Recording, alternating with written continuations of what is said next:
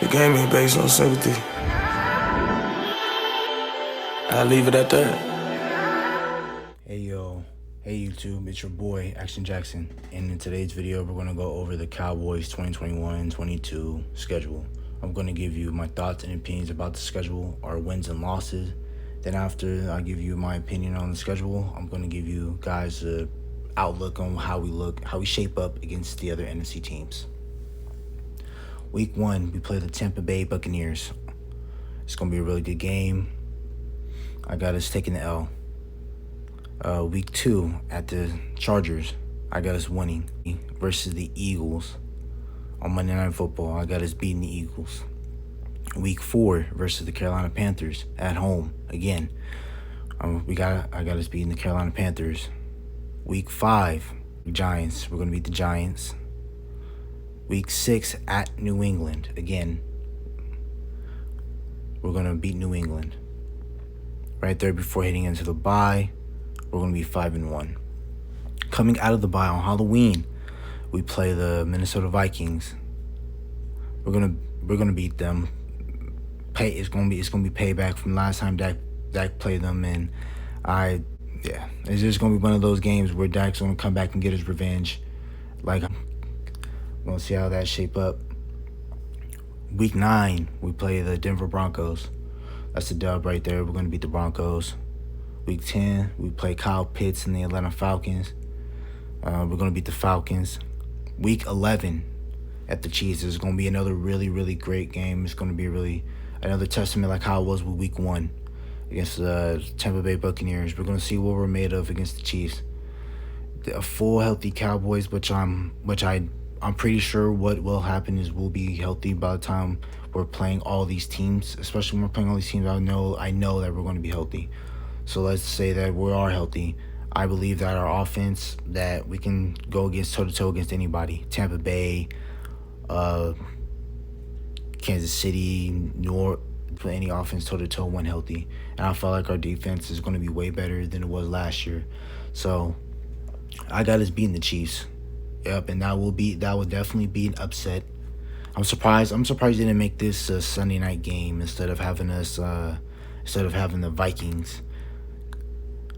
Week 12 versus the Las Vegas Raiders. If everything works out, I'm definitely going to try to go out to this game, and I will record it when I go down there.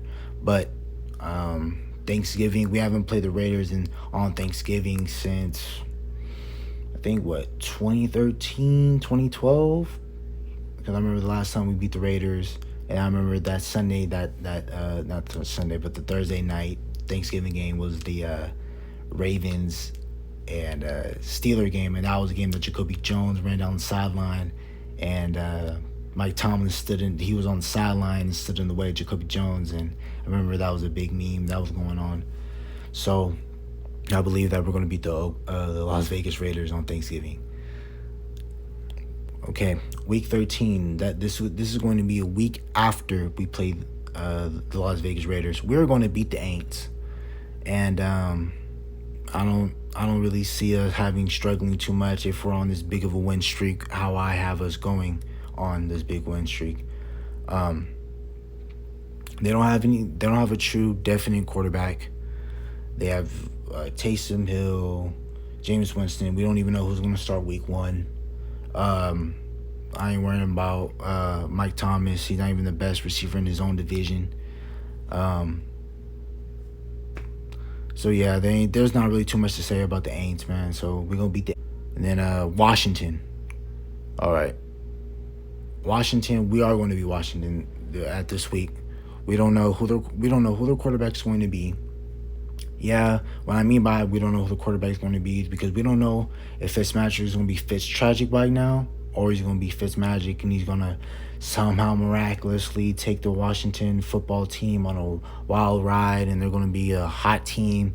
I highly doubt that. I highly doubt that. I believe by this point we will be seeing either another quarterback they try to trade for, or they would have picked up in free agency, or probably Taylor Heineke, their Lord and Savior, apparently. So we're going to be Washington. It's going to be payback because now we got Dak back, and Dak owns every team in the NFC, but especially Washington. He gonna beat Washington when we play these boys. All right. Week 15 against the New York Giants again.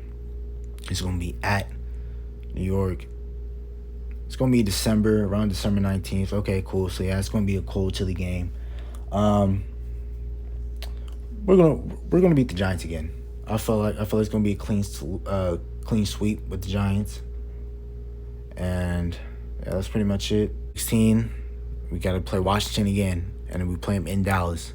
So yeah, we're gonna be Washington again just to make sure and prove that point that we're that team in the NFC East, and we're gonna come out and we're gonna get the dub. Week 17 versus the Cardinals. Then again, this is another team that when Dak was hurt, that they beat up on us. And this was a game I believe that if we had Dak last year, we would have beaten the Cardinals too, because last year they didn't do too much with Dak being out. Even with our defense being so horrid, Kyler Murray went 9 of 24. He wasn't special that game. They already when they finally woke up and realized how bad our run defense was, they just turned around, handed the ball off to Kenyon Drake and Chase Edmonds, and they went off running away with the game.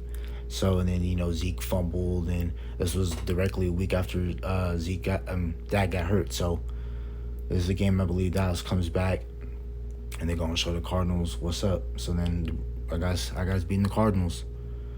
Week 18, we're playing the Sheagles again, man. I believe that by now, you're looking at the schedule, Dallas is 15-1. Because right now you're already looking at that Dallas already got they already beat their record by 2 games, because I believe the highest the Dallas Cowboys have ever gone was 13-3. That's the best in Cowboy history, and then they would have beaten it against the I believe the Washington football team. They would have got at least their 14th win. So right here against the Eagles, we'll just they'll either do 2 things. They're probably going to try to go out and play hard, because I don't think Philly's going to have a good schedule. So they might just tank this game, give us the W, and because they're probably going to be tanking for a quarterback next year. So I got Dallas going 16-1. I got Dallas going 16-1. The reason I got us going 16-1, not only did I show you guys going over the schedule, is just we don't play nobody too special. The only 2 teams that I look at right now on the schedule are the Bucs and the Chiefs, because those were the 2 teams last year who went to the Super Bowl. Other than that, everybody else is question marks. Chargers, you're playing with a second-year quarterback. Everyone has a year of tape on Justin Herbert. New England, you not really special neither. We don't know what they're going to be looking like. We don't know if Cam is going to be fully healthy and rejuvenated. He's going to go out there and be what I know what Cam can be when he's healthy. He's a really good, solid, good football player. So I don't know what New England's going to be like. Panthers are really young. Broncos really young. Both teams don't have any quarterbacks. I ain't scared of nobody in the league anyway, but especially nobody on our schedule. The only two teams that are going to give us problems, I believe, are going to be the Tampa Bay Buccaneers and the Kansas City Chiefs, and then of course our division, because we always play the NFC. Every NFC East team that we play, is always a battle no matter what. So yeah. So other than that, I was going 16-1. How we shape up against the rest of the NFC? I believe that when Dallas is healthy, all in their P's and Q's, everybody's healthy, defense is clicking, I believe that we are really a top 3-2 team in the NFC. Yeah, people can say you're another delusional Cowboy fan, but it's the honest truth.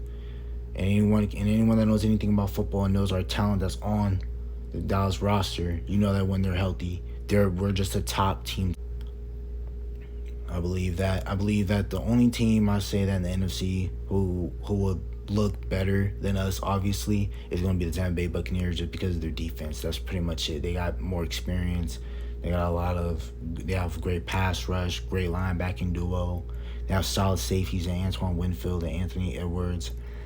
Corner, they got Charlton Davis and all that. So, I don't even look at the Bucks too special because I believe they can get beaten too. So I'm not really too worried about Tampa. But yeah, I believe, and then other than Tampa, that's the only roster I see that looks better than us. The Rams, that's another NFC team that people are hyping up and saying that can be the next real thing. Then again, Matt Stafford has been in the league forever. Ever since I can remember watching Matt Stafford come in the league, he's been in the league for almost a decade and plus. And I haven't seen him done anything. Yeah, I know you're gonna say he's team or whatever, but look how long he had Calvin Johnson and wasn't able to do anything with him. And then when he did have Calvin Johnson, they always lost to the Aints in the playoffs. And then when they had their chance against the Cowboys, they had a 20-point lead and blew that. We came back 24 straight unanswered points and we beat them. So Matt Stafford has never been able to be healthy. So I don't really look at the Rams to be too competitive. They're going to be competitive, but I don't think they're going to be a legit team just because of. Then again, we're going to look at can Matt Stafford stay healthy. Everyone's trying to say that that's a guarantee that Matt Stafford's going to come in. People think it's going to be a guarantee that Matt Stafford comes in, he's going to light it up, and the Rams are going to be this great team. But I'm not really looking at it like that to be Seahawks. I'm going to Seahawks, man. Then again, this is a team that didn't really much improve. They didn't when this whole controversy with Russell Wilson and about the offensive line and how he wanted a better offensive line. Well, they didn't address that really in the offseason. Nothing significant. They didn't spend no big amount of money to go out and go get an offensive tackle like how the Chiefs did, how they traded out and they spent big money on Joe Tooney, how they went out and they traded for Orlando Brown, and then they got Creed Humphrey. Seattle didn't do that for Russ. So I feel like this is going to be a year again where we always see Russ do his magic behind the line of scrimmage, him running around left, right, up, down, throw the ball, like video game type stuff. So I believe that we're a better roster and we're a better team than Seattle. Than the Niners, man. The Niners are another thing, kind of like the Rams, where you have a really good roster. The Niners went to the Super Bowl a couple years ago in spite of Jimmy Garoppolo. Let's make that clear. And then again, I feel like their returning pieces are all coming back, except for a couple people like Richard Sherman, Emmanuel Sanders, and things like that. But they're another good team. I feel like if they can get their quarterback situation fixed, and I don't know. I don't really know about Trey Lance. He doesn't seem like a surefire prospect to me. If I was GM, I would have taken Justin Fields because he can do exactly what Trey Lance has done, but Justin Fields has done it on a bigger stage. He has a resume longer than Trey Lance. He has just better numbers. I believe that Justin Fields would have been a way better pick, but they took Trey Lance there. Kyle Shanahan obviously saw something in him, so I believe that the Niners is also another top team. But then that's the team I believe that we're better than. They're weak also in the secondary, but they don't get talked about like how we do. But they're weak in the secondary too. We got Jason Verrett returning, but other than that, you don't really have no lockdown corner. The North, all the stuff that's going on with Aaron Rodgers and Green Bay, I don't look at Green Bay to ever be a threat because their defense is so. They're all right, but they're not nothing to be scared about. They're going to win the North, I believe. That's just pretty much it. There's not really much to say about Green Bay. The Green Bay is going to do Green Bay if they have Aaron Rodgers. They're gonna have a dramatic season, all its headlines, and Aaron Rodgers is probably going to ball, and then they're going to make the playoffs, and then there'll be like a first round, second round exit. I'm not really too worried about Green Bay. Then the East, obviously I got us coming out. Just because of the schedule. We have the second easiest schedule, and then I went over the East. We're obviously the best team just off of quarterback play, things like that. And then the NFC South. I believe that they're going to be the second best division in the NFC because I believe going into it, we got the West, and then you got the South. That's how I'm looking at it for ranking the divisions in the NFC, but you got the West first, then the South. But in the South, you got it's unpredictable because you already know that Tampa's going to come out and Tampa's going to do their thing. You see them in the playoffs, we will beat them just to get that payback off of week 1. But then you got the Aints. They ain't ish. You don't got your quarterback figured out right. You don't have a number 2 receiver. Your number 1 receiver ain't all that, but you definitely don't have a number 2. You have Alvin Kamara, solid back. Your defense is all right. You don't have Janoris Jenkins. You got, Marshawn Lattimore. I'm not really too worried about the Aints. They might make the playoffs. It might be like a 6-7 seed team.